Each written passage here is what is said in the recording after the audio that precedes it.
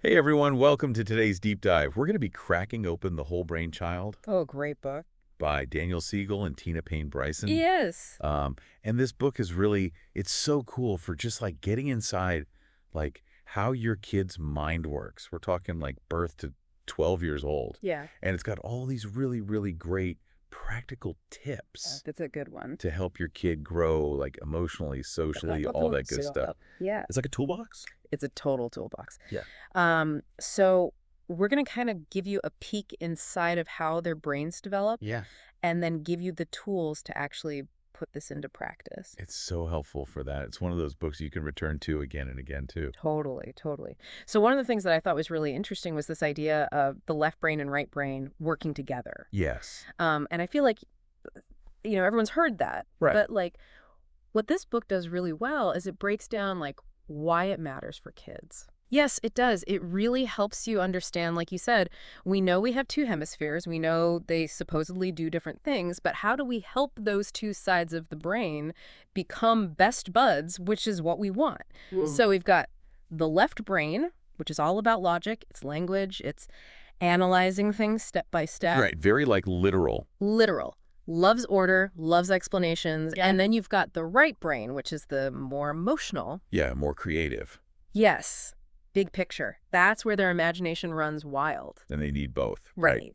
But I feel like, especially when they start to be able to explain their actions, it's almost like that left brain logic takes over. Absolutely. They give this hilarious example in the book where a kid's like, I didn't shove her, I pushed her. And it's like, okay, your left brain is starting to grasp the literal difference between these two words. Oh, totally. But maybe not the emotional impact yet. Oh my gosh, yes. My niece does something very similar. She's always like, but I didn't mean to hurt anyone's feelings. Right. And it's like, okay, well. She knows it's not okay to hurt people's feelings. Right, exactly. Yeah. But she hasn't quite connected that emotional piece yet. Yes. So how do we help them connect the two so they're not just stuck in that logic mode all the time? Well, that is where these parenting strategies come in. But before we jump ahead, I kind of want to shift gears just for a second from left-right brain to this idea of the upstairs brain and the downstairs brain. Okay, yeah. So almost thinking of it like a house. Okay. I love a good analogy. Okay, so picture this. The downstairs brain is kind of like the basement and the first floor, Okay. It houses those essential functions, but the basic ones. So it's your kids' instincts, big emotions like fear, anger, Yeah, gut reactions. It's what kicks in when they're scared or they throw a tantrum. totally. And then you go upstairs to the upstairs brain, which is more that prefrontal cortex, the executive suite, if you will. Ooh, fancy. Right. So the upstairs brain is where the more complex thinking is happening. Yes. Decision-making, planning, empathy, really understanding themselves. Okay. That all happens upstairs. But here's the thing, and this is what I find so fascinating. The book talks about how the upstairs brain isn't even fully developed until like our mid-20s. That's true. Which is like no wonder kids have a hard time like really thinking things through or regulating their emotions. Yeah. Like we're expecting them to be like expert CEOs when their office is still totally under construction. Yes. And to make things even trickier, there's this little part of the downstairs brain called the amygdala, and it's like the watchdog. It's always on high alert, scanning for danger, whether it's real or imagined. Right. And when it senses a threat, it can actually block access to the upstairs brain. So it's like the watchdog pulls the fire alarm, everyone evacuates the upstairs office, Yes. and suddenly no one's making rational decisions. That's a great way to put it. The book calls it the baby gate Okay. that slams shut. Figurative. Between the downstairs and upstairs, especially when a child is stressed. That makes so much sense. Mm-hmm. So as parents, how do we help them open that baby gate? Do we just wait for the alarm to stop blaring?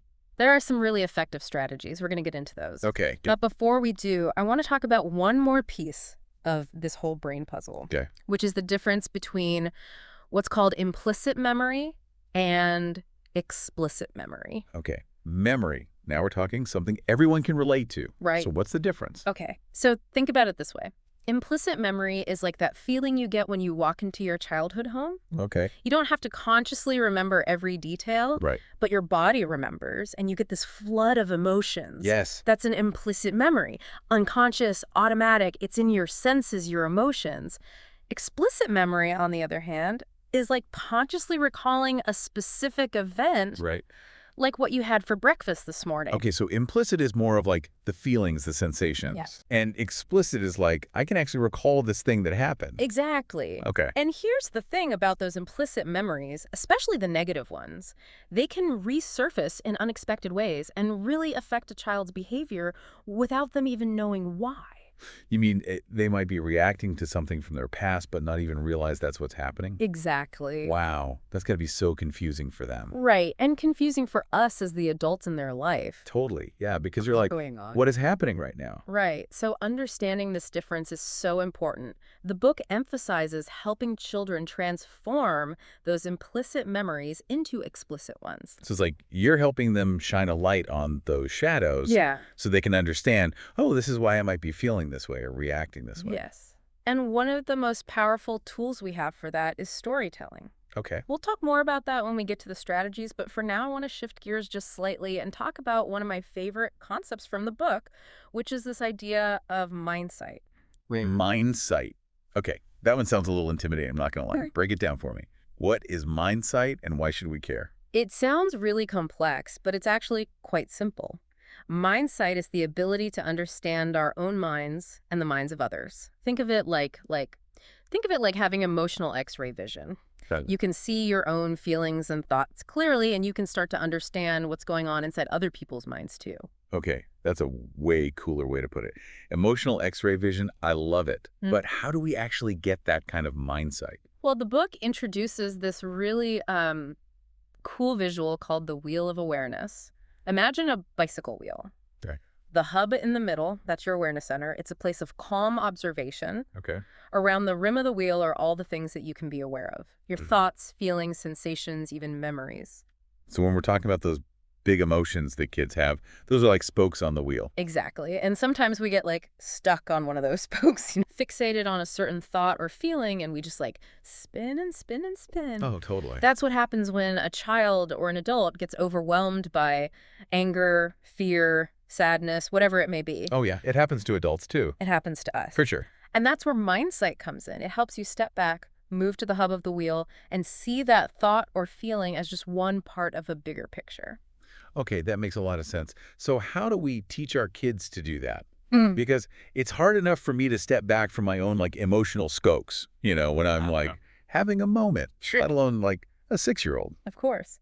Well, that is where those practical strategies that we keep mentioning come in. The book lays out 12 of them, and they all kind of tie back to this idea of integrating the different parts of the brain. And what's really neat is you can start using these strategies when they're toddlers. Oh, cool. And they grow with your child. I love that. Yeah. Okay, I am so ready. Hit me with strategy number 1. Let's go.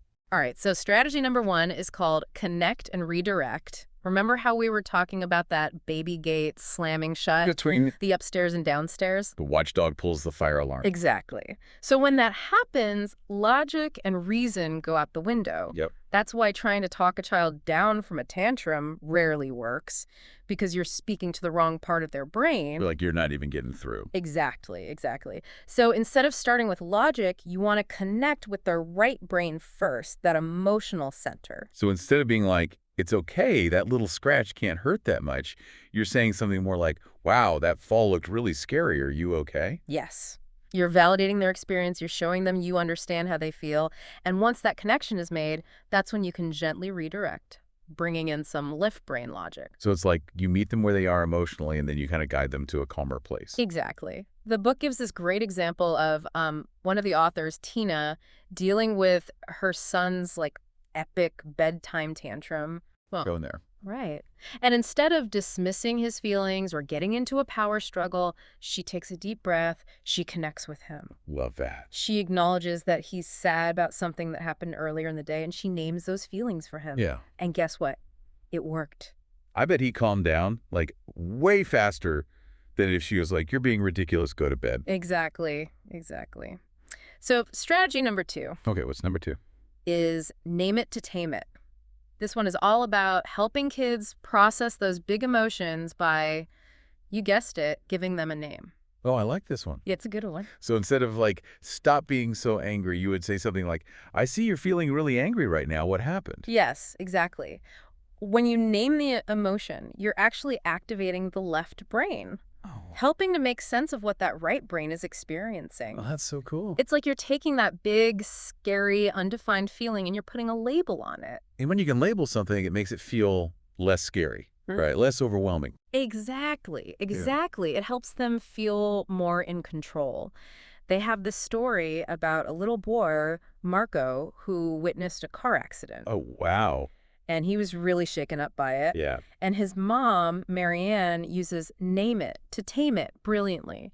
Instead of trying to distract him or pretend it wasn't a big deal, Right, right. she sits with him and lets him tell the story over and over again. Oh, wow. And each time he tells it, he processes those feelings a little bit more. Oh, that's such a good reminder for parents because sometimes we just want to fix it and take it away and be like, no, no, don't worry about it. Yeah. But really just letting them sit with it and Exactly. process it is so important. It's so powerful.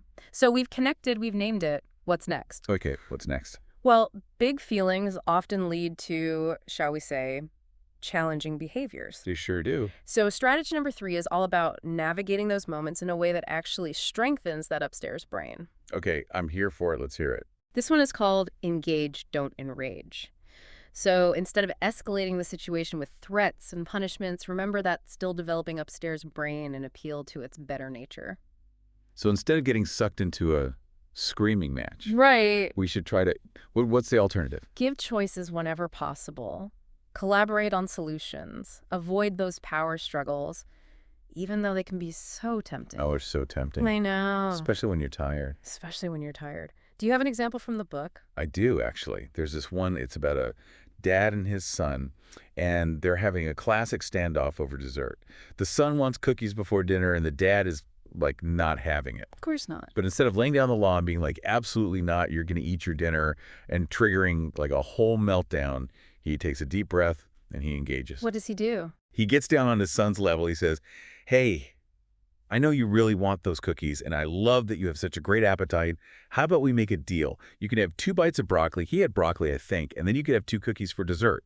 Oh, smart. And it's like he's still stuck to the boundary of you're not having cookies before dinner, but he gave him that little bit of control, those 2 bites of broccoli, He did. which is so smart. That's great. And it's a mini lesson in compromise, Oh, but wait. decision making. Yes.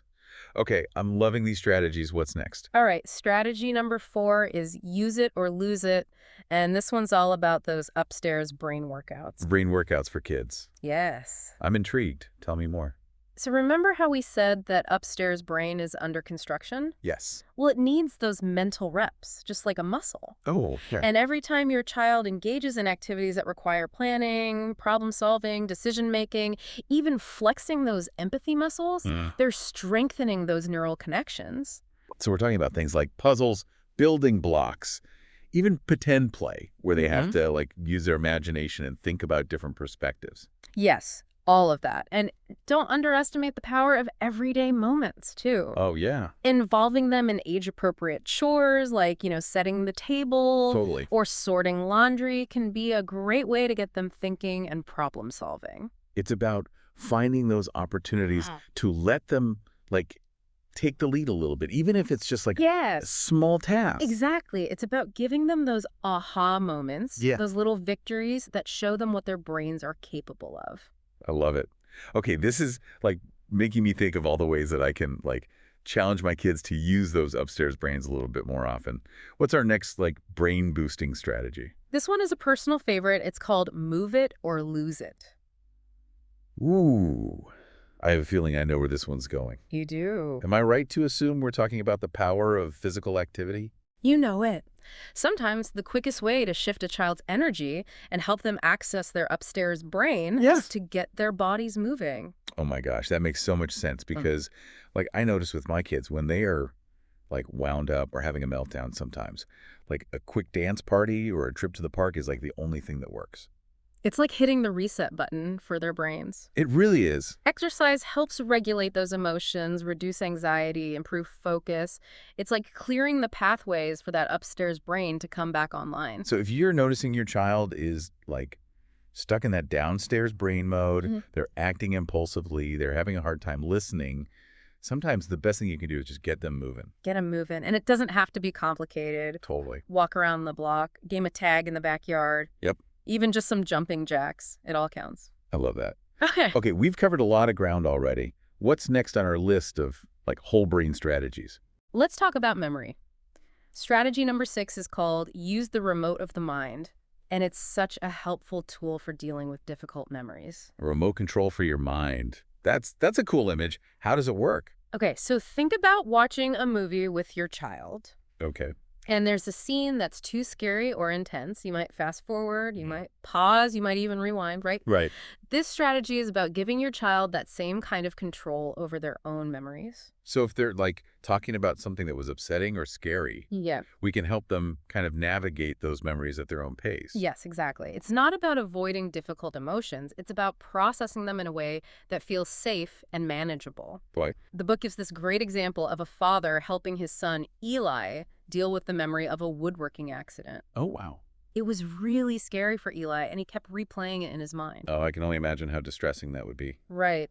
So instead of forcing Eli to, like, relive the whole experience, Yeah. his dad encouraged him to use the remote. Okay. They started by talking about something Eli felt safe and calm remembering, like getting ready that morning. And then they slowly rewound to the workshop, but only focusing on the tools and the wood, not the accident itself. So they, like, approached it gradually, focusing on the less emotionally charged details first. Exactly. It's about giving them the power to control their exposure, to process those difficult feelings at a pace that feels comfortable for them. Yeah. And eventually, they were able to talk about the accident itself. Wow. But by then, Eli had built up his resilience and he felt more in control. That's such a powerful technique. Okay, what about, like, those everyday memories? You know, the ones that aren't necessarily traumatic, but they still, like, shape how our kids see the world. Right, that's where strategy number 7 comes in. Remember to remember. Okay, so this is about more than just remembering facts for a test or Yeah. something. It's about, It's about making memories matter. It's about helping your child weave those everyday experiences into a cohesive story, a sense of self. oh, I love that. So how do we actually, like, remember to remember in a way that's meaningful for kids? It's simpler than you think. Make time for those little conversations about their day. Yes. Ask specific questions Right. that go beyond, how was school? Yes, because they're like, fine. Exactly, and Yeah. that's it. So instead, you say things like, what was the funniest thing that happened today? What was something you learned? Who did you play with at recess? Oh, I love those. And it doesn't always have to be about talking, right? Absolutely not. Like you. Looking through photo albums together, Yes. creating a family ritual of sharing one good thing about your day at dinner time. Oh, I love that. These are all powerful ways to remember to remember. Yeah. It's about creating that shared history, a sense of connection and belonging. And it helps kids understand that their experiences, their stories, they all matter. Exactly. Now, speaking of stories and emotions, strategy number 8 is all about helping kids navigate those inevitable ups and downs. Okay, I'm here for it. What's the next tool in our parenting arsenal? Give it to me. This one is called Let the Clouds of Emotion Roll By, and it's about teaching kids that feelings are temporary. That's such a beautiful way to put it because kids, and let's be honest, adults too, get so caught up in those big feelings, it's like they forget that those feelings won't last forever. It's so true. Think about those big dramatic thunderstorms that roll through sometimes. Yeah. There's thunder, there's lightning. It feels like it's never going to end. And then, just as quickly as it came, the sun peeks out, the birds are singing. It's like it never even happened. Exactly. And feelings are just like that. They Yeah. come and they go, they ebb and flow, but they don't define who you are. That's such a powerful message for kids and a good reminder for us adults, too. Absolutely. And the book points out how even a small shift in language can make a big difference in how kids perceive their emotions. Oh, tell me more about that. It's about helping them understand the difference between feeling an emotion and being that emotion. So instead of saying, I am sad, encourage them to say, I feel sad. That's so interesting because when you say, I am sad, it feels very, like, all-encompassing, like it's part of your identity. But when you say, I feel sad, it's like, this is just a temporary state. Exactly. And that can be so empowering for kids because it helps them see that they have the power to move through those emotions. Wow. I'm loving these strategies. Okay, we're on a roll. What's next? Strategy number 9 is all about building self-awareness, and it's called SIFT. Sift, like sifting flour. Okay, now I'm really curious. I know, it sounds a little strange at first, but it's actually quite brilliant. Okay. SIFT stands for sensations, images, feelings, and thoughts. Okay, so it's about helping kids break down their experience into those four categories. You got it. So next time your child is having a big emotion, try guiding them through the sift process. Okay. Ask them, what sensations are you feeling in your body? Are your muscles tense? Is your heart racing? Then move on to images. What pictures are coming to mind? Are there any memories resurfacing? And then feelings, right? Yeah. Right. Help them name those feelings. Are they feeling sad, angry, scared, frustrated? And finally, guide them to explore their thoughts. What's going through their mind? What are they telling themselves about this situation? I love how this strategy encourages kids to really slow down and tune into what's happening inside their minds and bodies. It does. It's like we're giving them the tools to become mindful observers of their own experience. Exactly. And the more aware they become of their own internal landscape, the more control they have over how they respond to those thoughts, feelings, and sensations. That makes so much sense. Okay, so once they've mastered SIFT, Yeah. what's next on their whole brain journey? Well, once you have that strong foundation of self-awareness, Yeah. you can start to build those mindsight muscles that we talked about earlier. Okay, remind me what the mindset muscles do again. So mindsight is all about understanding the minds of other people. Yes. So once kids have a better grasp of their own internal world, they can start to flex those empathy muscles and imagine what it might be like to walk in someone else's shoes. Which is huge, right? That's such a crucial skill for just building healthy relationships, learning to see things from other people's perspectives. It's huge, and it's not something that kids are necessarily born with. It's a skill that develops over time, Right? with practice and with guidance from the adults in their lives. Of course, of course. So how can we encourage our kids to exercise those mindset muscles? Give me some tips. Well, the book really emphasizes asking questions that promote perspective taking. Uh-oh. Things like, how do you think your friend felt when that happened? Oh, yeah. What might have been going through their mind when they said that? Or even, what would you do if you were in their shoes? Oh, those are such good conversation starters. And I love how they encourage kids to think beyond just their own immediate experience. Exactly. And you can start incorporating these kinds of questions into everyday conversations at dinner, during story time, Yeah, totally. even in the car on the way to school. Yes. It doesn't have to be this big formal sit down. Yeah. It can just be part of your everyday dialogue. Exactly. It's about creating that culture of curiosity and empathy. I love that. Okay, we have covered so many really, really helpful strategies today. How many more do we have? We have 2 more that we're going to discuss, and then I think we'll wrap things up. Okay, let's do it. I'm ready for strategies 11 and 12. All right, so strategy number 11 is one that I think we can all get behind. Increase the family fun factor. Okay, that one sounds like music to my ears. Does this mean more ice cream for dinner? Not necessarily ice cream for every dinner, Okay. but you're on the right track. This strategy is just a good reminder that relationships, especially with our kids, thrive on positive interactions. We're talking quality time, family game nights, those moments of joy and connection that just make life a little brighter.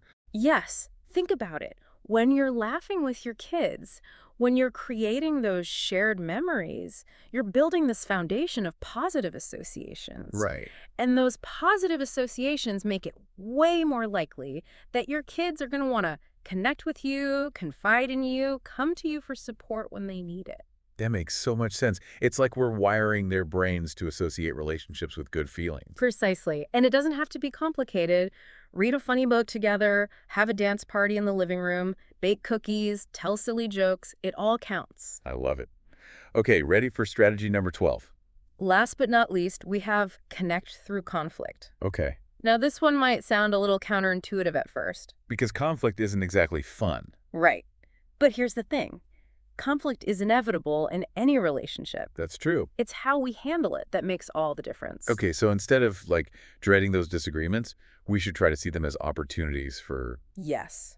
When we teach our kids healthy ways to navigate conflict, we're giving them essential life skills. It's about emphasizing those mindset muscles that we talked about, helping them see the other person's perspective, listening to understand, and finding solutions that work for everyone. So instead of trying to win every argument, we're teaching our kids to find common ground. Yes, and we can even model that behavior ourselves. Oh, that's a good point. All right. Next time you have a disagreement with your partner, or even with your child, let them see you listening, compromising, working together to find a resolution. It's powerful stuff. And it takes the pressure off of being right all the time, Exactly. which I think is good for everyone. Yes. Oh my gosh, this has been such an incredible deep dive. We've learned so much from the whole brain child, from like the basics of brain development to those 12 practical strategies that I think can really like transform the way we parent. It's a game changer for sure. And the best part is these strategies grow with your child so you can keep coming back to them year after year. Totally, yeah. They're not like a one and done kind of thing. Amazing. Well, on that note, I think it's time to wrap up our deep dive into the whole brain child. We hope you've gained some valuable insights and some practical tools to help you nurture your child's amazing, ever-evolving brain. And remember, this isn't about being a perfect parent. Oh, thank goodness. It's about showing up with curiosity, with empathy, and just that willingness to learn and grow alongside your child. Beautifully said. And who knows, maybe in the process, we'll learn a thing or two about ourselves as well. Now that's a win-win. I love it. Until next time, keep exploring, keep connecting, and keep diving deep.